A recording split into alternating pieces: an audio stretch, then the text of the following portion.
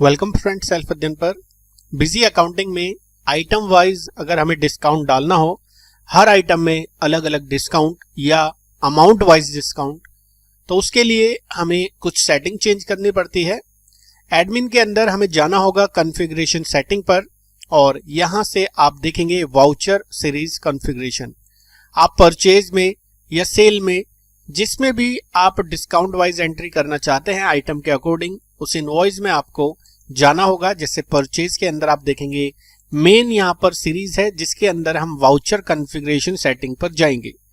इस voucher configuration setting के अंदर आप देखेंगे आइटम वाइज डिस्काउंट का ऑप्शन यहाँ पर नो है। इसको आपको करना है यस, और यस करते ही जैसे आप जाएंगे नीचे की तरफ आपको बहुत सारे ऑप्शंस दिखाई देंगे।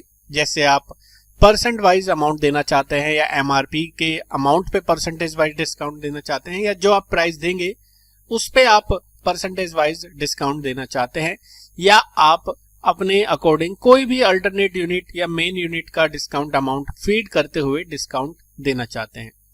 एग्जाम्पल के लिए हम सबसे ऊपर वाला सैंपल डिस्काउंट ले लेते हैं परसेंटेज वाइज और इसको कर देते हैं set save.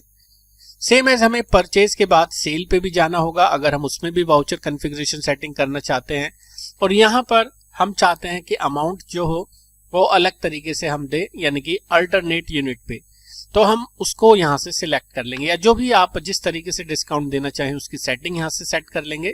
And then save के बाद हम आ जाएंगे ट्रांजेक्शन्स के अंदर। जैसे हम जाएंगे यहाँ परचेज के अंदर, परचेज पे हम यहाँ पर जो परचेज कर रहे हैं वो किस पार्टी से कर रहे हैं, पहले हम यहाँ पर वाउचर नंबर दे देते हैं। सपोज हम लोकल माल बेच रहे हैं जीएसटी के साथ 5% से, यहाँ पर F3 शॉर्टकट की से आप कोई भी पार्टी बना लीजिए।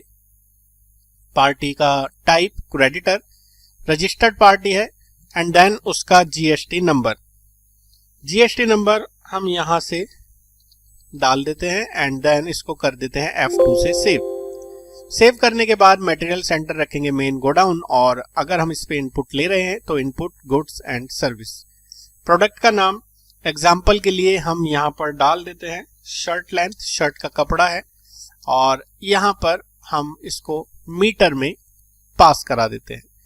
पास कराने के बाद सपोज यहाँ पर हमें कुछ पूछ रहा है कि हमें HSN कोड या डिटेल्स डालनी है, वो हम फीड कर देते हैं। 1000 मीटर कपड़ा खरीदा गया है और 1000 मीटर का जो पर मीटर का हमें प्राइस डालना है।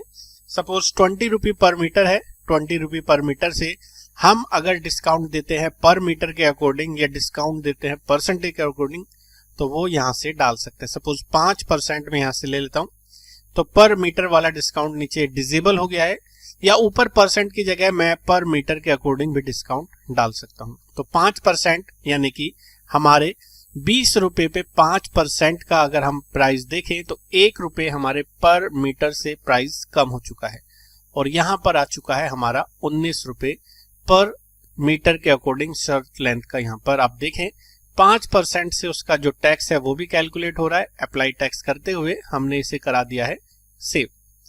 इसी तरीके से मैंने कुछ पार्टी को माल अगर बेचा है और वहां पर भी हमें डिस्काउंट देना है, पार्टी वाइज अकॉर्डिंग हम यहाँ पर क्रिएट कर लेंगे। लोकली हम माल बेच रहे हैं, पार्टी का नाम हम यहाँ से दे देते हैं अमन, और अमन को यहाँ से हमें पास करा देना है अनरजिस्टर्ड पार्टी जिसको हम प्रोडक्ट बेच रहे हैं।